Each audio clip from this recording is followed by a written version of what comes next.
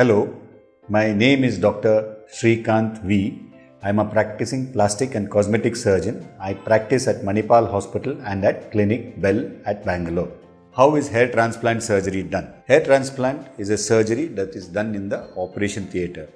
All precautions are taken to make sure that this surgery is safe.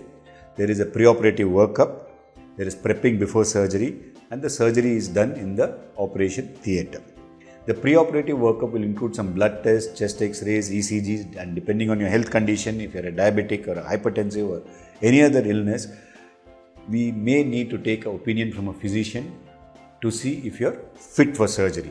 What this does is that it makes the surgery safe for you. On the day of surgery, there is a preparation done. Your dresses are changed in the pre-operative area. You are taken to the operation theatre. You are made to lie down on an operative table, and then the surgery is performed. This surgery is done under local anesthesia. You are awake throughout the procedure. You can get up for a bio break. You can request your doctor if you are thirsty for a glass of water. You can go for a coffee break. You can have your lunch in between. So you are completely awake through the procedure.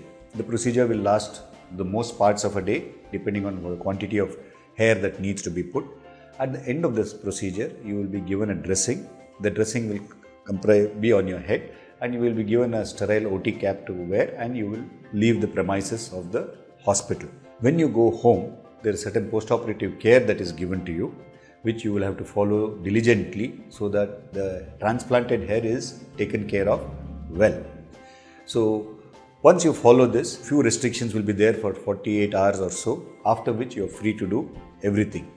This in a nutshell is how the hair transplantation procedure is done. Depending on the kind of procedure that you would choose and your surgeon is comfortable with, you may have stitches on the head. If you have a FUT procedure, there will be sutures on the head. If you have a FUE procedure, there are no sutures on the scalp. So those are few small differences between the FUT and the FUE procedure.